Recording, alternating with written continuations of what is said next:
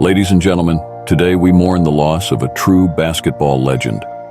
Bill Walton, a two-time NBA champion, MVP, and Hall of Famer, has passed away at the age of 71, succumbing to his battle with cancer. Known for his towering presence both on and off the court, Walton was truly one of a kind, leaving an indelible mark on the world of basketball and beyond. Join us as we remember the life and legacy of a man whose contributions to the game will never be forgotten. Bill Walton, who was one of the best college basketball players ever, won the 1978 NBA MVP award and 2 NBA championships with the Portland Trail Blazers and Boston Celtics, has died Monday at the age of 71. Walton passed after a prolonged bout with cancer, the NBA announced. Bill Walton was truly one of a kind. As a Hall of Fame player, he redefined the center position, NBA Commissioner Adam Silver said in a press release. But what I will remember most about him was his zest for life. He was a regular presence at league events, always upbeat, smiling ear to ear and looking to share his wisdom and warmth. I treasured our close friendship, envied his boundless energy, and admired the time he took with every person he encountered. Born on November 5th, 1952 in La Mesa, California, Walton's basketball career began in grade school at Blessed Sacrament in San Diego, where he learned from a fireman named Frank Graziano, who eventually convinced him to forget about football and focus on basketball. "I was a skinny, scrawny guy," Walton would tell ESPN decades later. "I stuttered horrendously, couldn't speak at all. I was a very shy, reserved player and a very shy, reserved person. I found a safe place in life in basketball."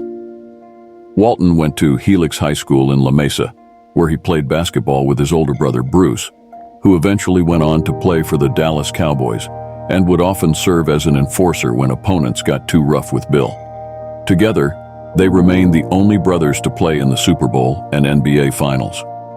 Early in his high school career, Walton broke his ankle, leg, and multiple bones in his foot and underwent knee surgery, which began his lifelong battle with injuries. After his sophomore year, he had a growth spurt that shot him from 6'1" to 6'7". He would eventually grow to be 6'11", which turned him into a big man instead of a guard.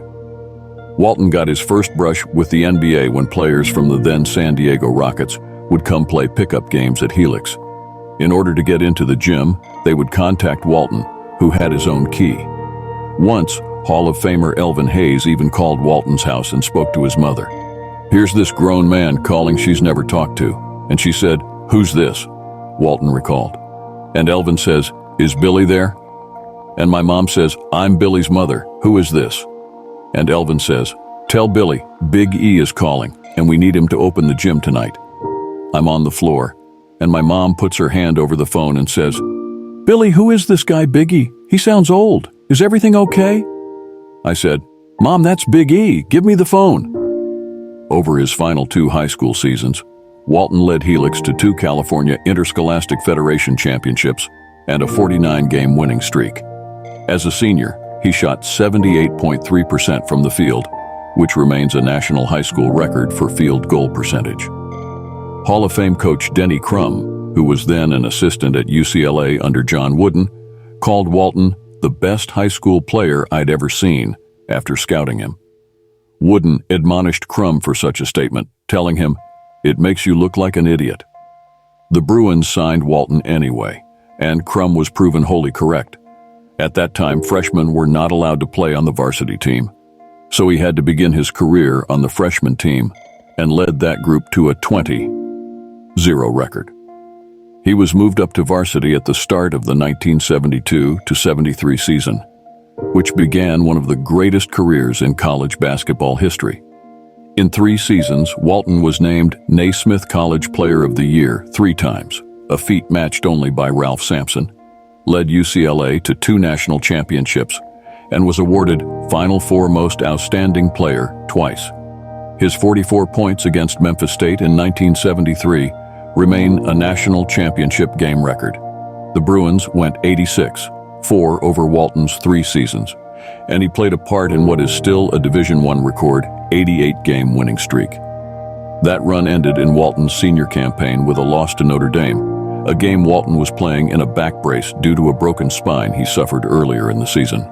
The Bruins went on to make the national championship game again, but fell to David Thompson and North Carolina State in double overtime. Walton made just as many waves off the court while he was in Los Angeles. During his junior season, he was arrested at a Vietnam War protest, one of the first indications of his politics, and had to be bailed out by Wooden. "Your generation has screwed up the world. My generation is trying to straighten it out," Walton said in a statement after the incident. "Money doesn't mean anything to me. It can't buy happiness, and I just want to be happy." Walton and Wooden often clashed throughout their years together, but formed a lifelong bond. When Wooden passed away in 2010, Walton joked that he drove the poor guy to an early grave when he was 99. Coach Wooden never talked about winning and losing, but rather about the effort to win, Walton said. He rarely talked about basketball, but generally about life. He never talked about strategy, statistics, or plays, but rather about people and character. Coach Wooden never tired of telling us that once you become a good person, then you have a chance of becoming a good basketball player. As the best prospect on the planet, Walton had options when looking to begin his professional career. He had actually first been drafted in 1973 by the ABA's Dallas Chaparrals, who failed to convince him to leave college early. In 1974, he had the chance to join the ABA and play for his hometown San Diego Conquistadors under head coach Wilt Chamberlain, but went the NBA route instead, and was selected number 1 overall by the Portland Trail Blazers. Sam Gilbert, Walton's attorney at the time, said one ABA group offered more money than Portland. But I believe he was influenced by people in the NBA like Jerry West and Sidney Wicks, who spoke to him. I think he wanted to play against the best. Though Walton's talent easily translated to the NBA, he was hampered by injuries in his first 2 seasons. At various points, he had problems with his fingers, wrist, toes, and ankle. He even broke his toe on a water sprinkler and injured his leg in a Jeep accident. All told, he was limited to 86 games over his first 2 seasons. In his 3rd season, everything clicked into place. The Trailblazers added Maurice Lucas, hired Jack Ramsey as their new head coach, and Walton stayed healthy. Walton led the league in rebounding, 14.4 per game, and blocks, 3.2. And the Trailblazers won 49 games to make the playoffs for the first time in franchise history. They swept Kareem Abdul-Jabbar and the Los Angeles Lakers in the Western Conference Finals, then beat Julius Erving and the Philadelphia 76ers to win the title, still the only one in franchise history. "Bill Walton is the best player, best competitor, best person I have ever coached," Ramsey said after the victory. Erving declared him an inspiration. Walton, who averaged 18.5 points, 19 rebounds, 5.2 assists, and 3.7 blocks in the series, was named Finals MVP. Walton and company carried Blazer Mania into the 1978 season and went 50-10 through their first 60 games. Then, Walton broke his foot in February and was sidelined for the remainder of the regular season. He was named MVP despite playing in just 58 games, which is still the fewest of any MVP winner in a full 82-game season.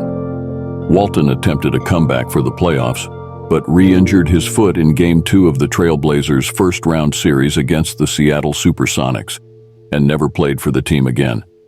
In the summer of 1978, Walton requested a trade out of Portland and accused the organization of medical malpractice. He later sued the team physician for $5.6 million, and the matter was settled out of court. "This was the most difficult decision I've ever had to make regarding my basketball career," Walton said in a statement about his trade request at the time. "The tremendous loyalty and support of my teammates and the Trailblazer fans have made that decision much tougher." Nothing transpired, and Walton sat out of the entire 1978-79 season. When he became a free agent that summer, he signed a 7-year, $7 million deal with the San Diego Clippers, which made him the highest-paid player in the league. At that time, league rules required that teams who signed veteran free agents had to pay compensation to the other team. As a result, the Clippers sent Kermit Washington, Kevin Kunnert, a first-round draft pick and $350,000 to the Trailblazers, which annoyed his new teammates. "It destroys the team," Clippers guard Lloyd B. Free, later World B. Free, said at the time. "It's like someone died in the family." So began a frustrating 6 seasons with the Clippers, in which Walton played a total of 169 games and missed the entire 1980-81 and 1981-82 seasons. Desperate to play again, Walton underwent a risky surgery to try and fix his left foot, which had been the biggest source of trouble throughout his career. He also used the time off to go to law school at Stanford and stayed in shape by playing beach volleyball and cycling with his close friend, Grateful Dead drummer Mickey Hart. Walton was devoted lifelong Deadhead and even once played drums with the band during a concert in Egypt. Walton made his return at the start of the 1982-83 campaign, though he was restricted to 1 game per week on doctor's orders in order to make sure that the procedure worked. Walton played 33 games that season and 55 the next, which proved to be the end of professional basketball in San Diego.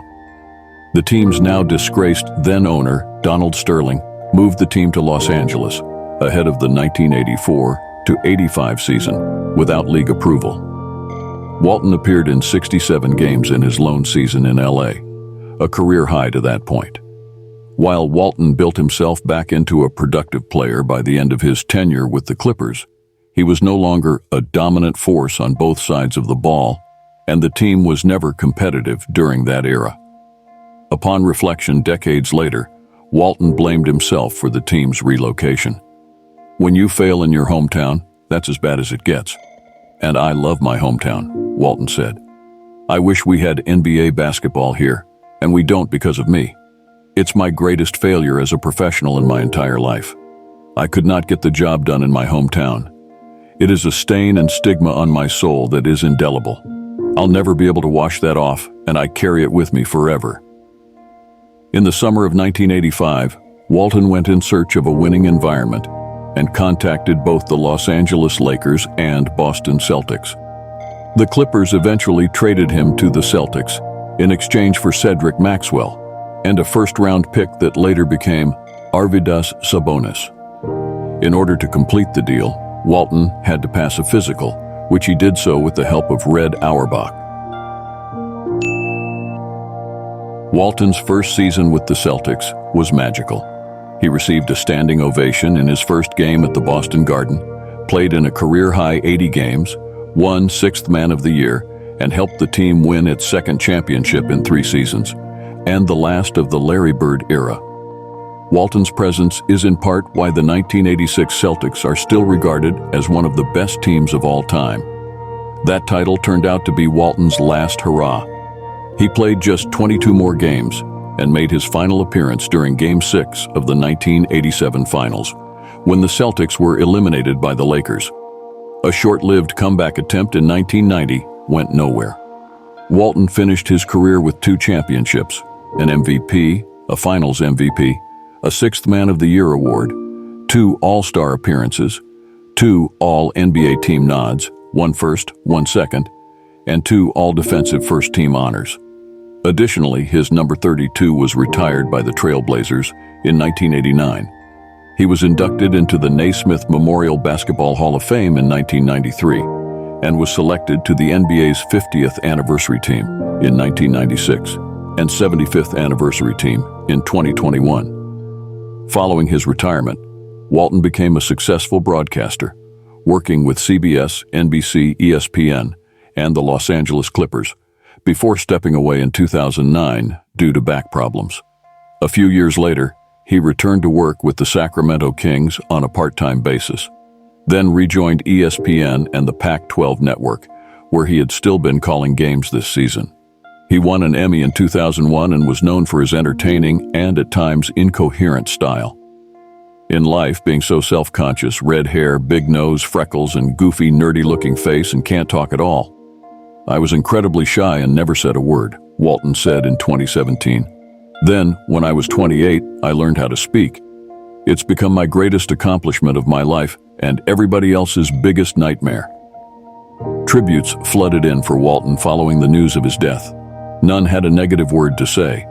And the love and affection for the big man was perhaps best summed up by his friend Abdul-Jabbar's note, which read in part, "The world feels so much heavier now.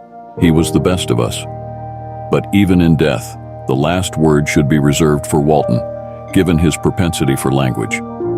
The perfect thing about basketball is that it is the most complete, surreal, and special game of all, where all you have to do is wait for the opening tip, and then each and every player, each and every component, has a chance to make a contribution on every single play. Basketball? Yeah, shine a light. As we celebrate Bill Walton's remarkable legacy, we invite you to share your favorite memories and moments of this basketball icon in the comments below. Don't forget to like, subscribe, and hit the notification bell to stay updated with our latest tributes and sports news. Let's honor Bill Walton by keeping his spirit alive through our shared love of the game.